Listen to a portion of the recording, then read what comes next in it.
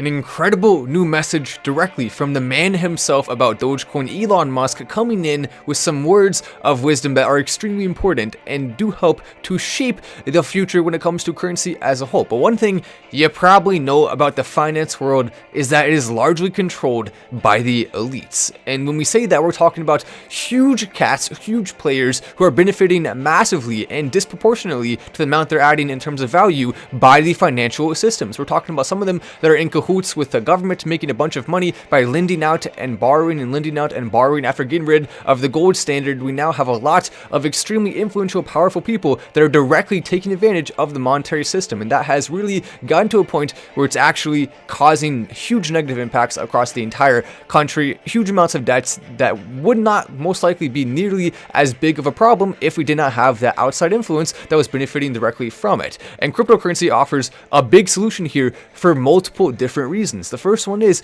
because it is decentralized. It cannot be controlled very easily, at least, by anyone who is in that elite status. And that's one of the reasons why a lot of the people in the banking industry do not like cryptocurrency, because they understand that it does have the ability to replace a lot of the functions that they have been making bank off of recently. Literally, they've been making bank. You see what I did there? The banks have been making bank off of it. It makes sense, right? As you come in, take a second to hit the like button before we get to the big Elon Musk update about Dogecoin that is causing some nice optimism amongst the price. We have seen a good size increase today with Dogecoin, and this is just the beginning. It is getting ready for the major breakout. It's coming soon here, so put your seatbelt on. We are not far away from this major breakout, but let's go ahead and look at the Elon Musk update and what's happening with it and how it's so important for the greater cryptocurrency world as a whole. This tweet coming in from Farouk ETH, who is a verified Twitter influencer and also does a few things with NFTs. Yo, Jack, I promise you, if you look outside of your bubble of rich dudes, you'll see that there are creators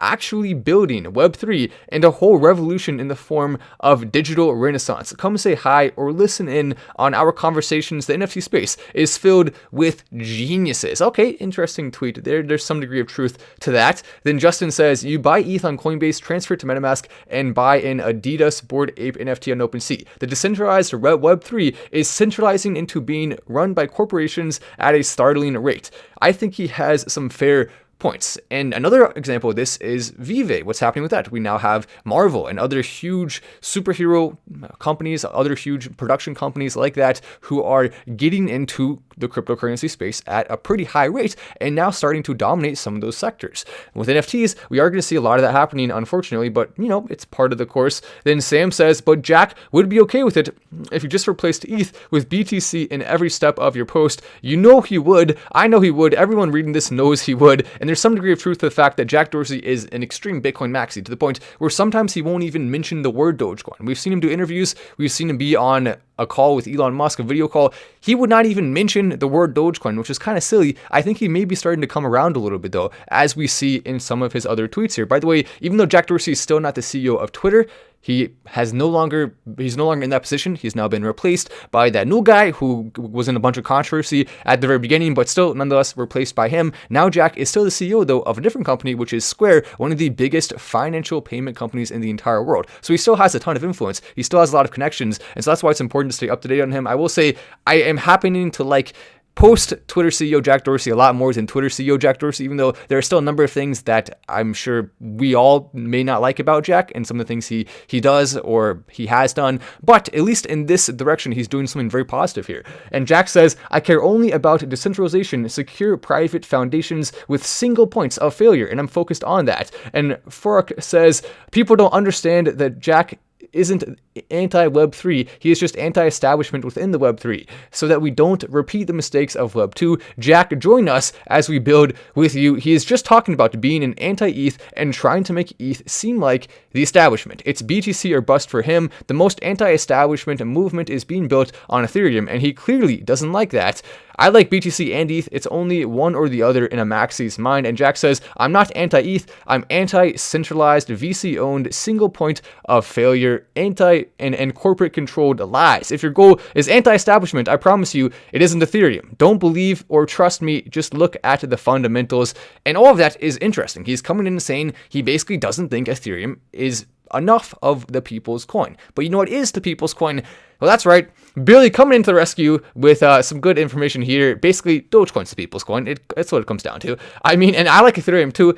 There are a lot of points that are being made here that are true, but at the same time, I mean, ETH does actually have a ton of decentralized aspects to it. Anyone can make a crypto on the chain. Anyone can advance that crypto, make cool dApps that go along with that crypto, like what we're seeing with Tking, like what we're seeing with COC. And so with that, you know, you can have a lot of decentralized stuff, and it's not all controlled by corporations or by elites or by VCs. So Jack's a little bit, I think, off base there, but overall his message is good, that we do want it to be even less so controlled by them. Then Shibtoshi Nakamoto, aka Billy, says, I mean, my goal is to build stuff and make money and have fun. I'm used to the corporate establishment and don't really see any meaningful break from it. Bitcoin just gives power to new rich people. Basically, what Billy's saying here is that there's no way to get away from the grasp of power from the elites right now. And to some degree, he's unfortunately right. But at least with cryptocurrency, we are seeing opportunities for new people to gain positions of power. And maybe those people will still make some of the same irresponsible decisions, but at least there's a chance for us to see a better future here with Bitcoin. Now, the good thing is we don't have to rely on Bitcoin. There is a coin that actually is fully the people's cryptocurrency. Elon Musk coming in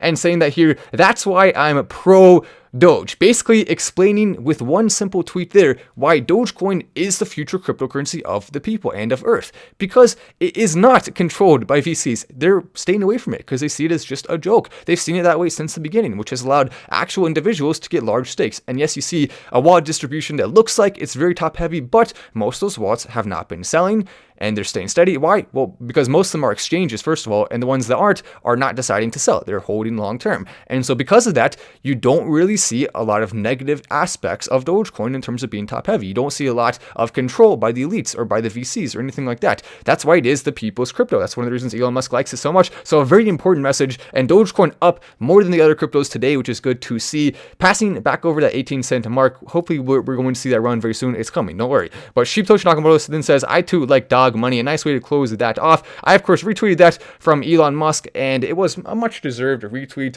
as we came in and talked about that on Twitter some. But here is the current ranking of cryptocurrency. Bitcoin now above 50,500, up 4% today. Not bad at all. Ethereum back over 4,000 again, which is good to see, up 2% today, up 1% this week.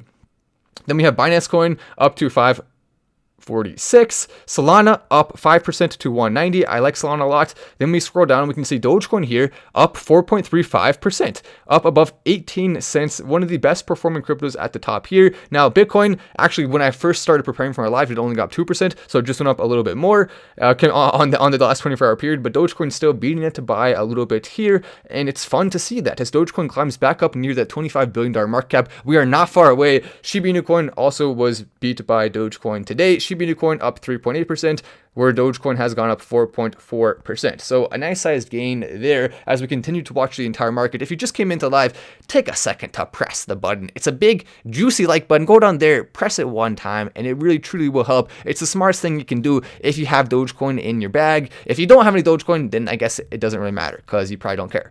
Yay, I'm here for a live, says Andrew Faro. Yes, indeed, you are. Now, you may miss them from time to time, but at least you're here for this one, and you can also watch after. So either way, you can still enjoy the goodness of the Final Stand episode, as we do see our channel picking up some speed with this Dogecoin run that's happening right now. And we also had some drama around Elon Musk, which I thought was very interesting. Basically, articles have started calling him out and saying, actually, Elon's not really living in a $50,000 house. He's living in a $12 million mansion. Not just any $12 million mansion, a $12 million mansion owned by one of his PayPal buddies, who's also a billionaire. Oh no, what's going on here? Well, that article started to go pretty viral yesterday and the day before, and we were seeing a lot of people talking about it. And with that, a bunch of new articles started coming out, and a bunch of new, or just yesterday actually, I don't think it was the day before. A bunch of articles started coming out about it, saying the same thing, mirroring this, trying to roast Elon Musk, trying to make him look bad.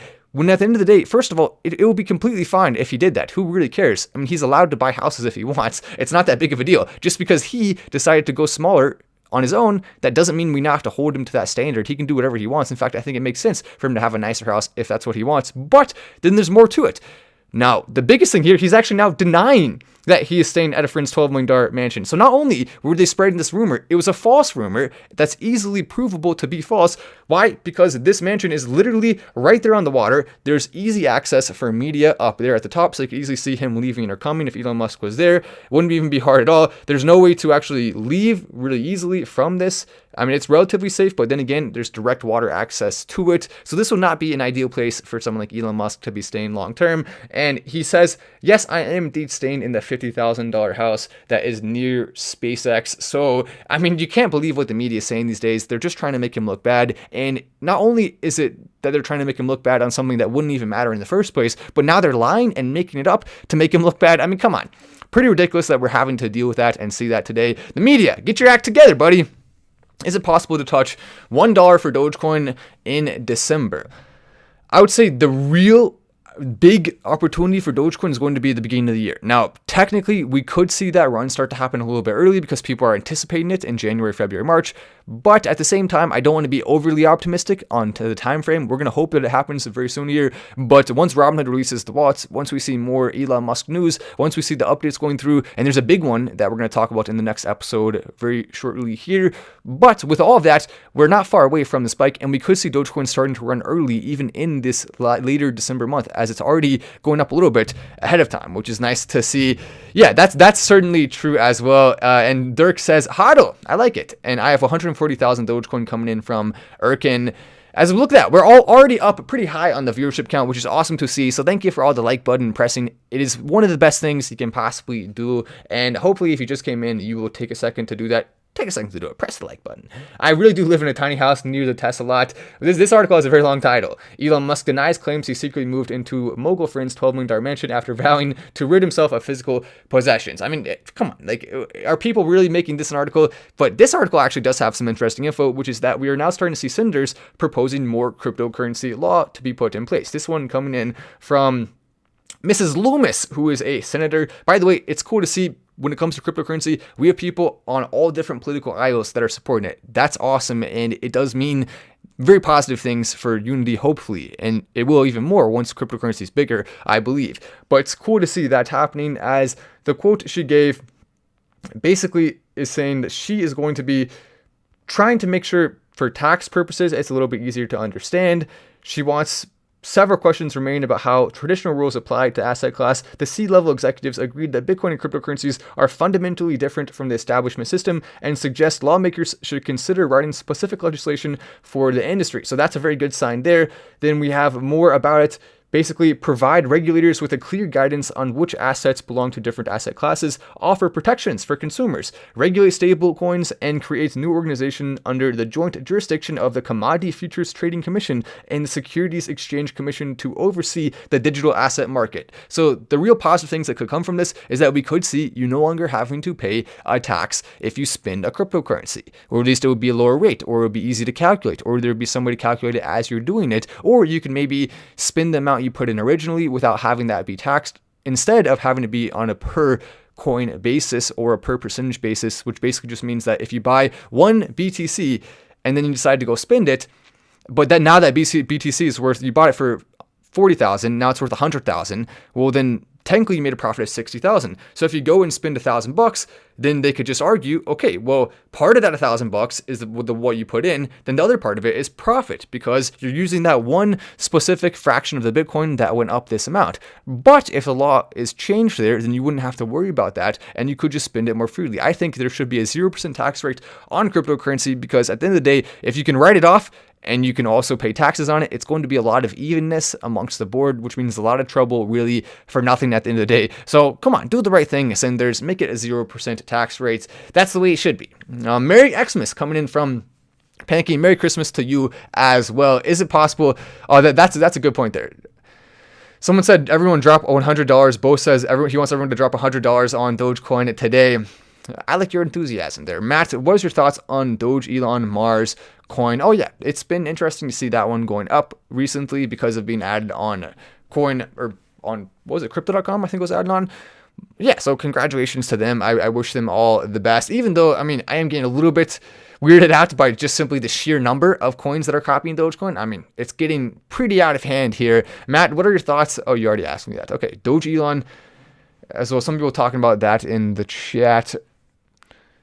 Oh yeah, someone said pump over, take your profit, and buy in the weekend, then make it go over 16. Interesting. So some strategies coming in the chat right now. Basically, if you want to as well, you can do the wash sale rule in most places. Do your own research first before doing this. But that means if you are at a loss on a cryptocurrency, you can sell it, then buy right back in. At least at this current juncture, it is legal in most places to do that. And then you can take that loss, write it off, and still be able to make more money than you would have otherwise from it, because you're just buying it right back. So you don't really have a problem there.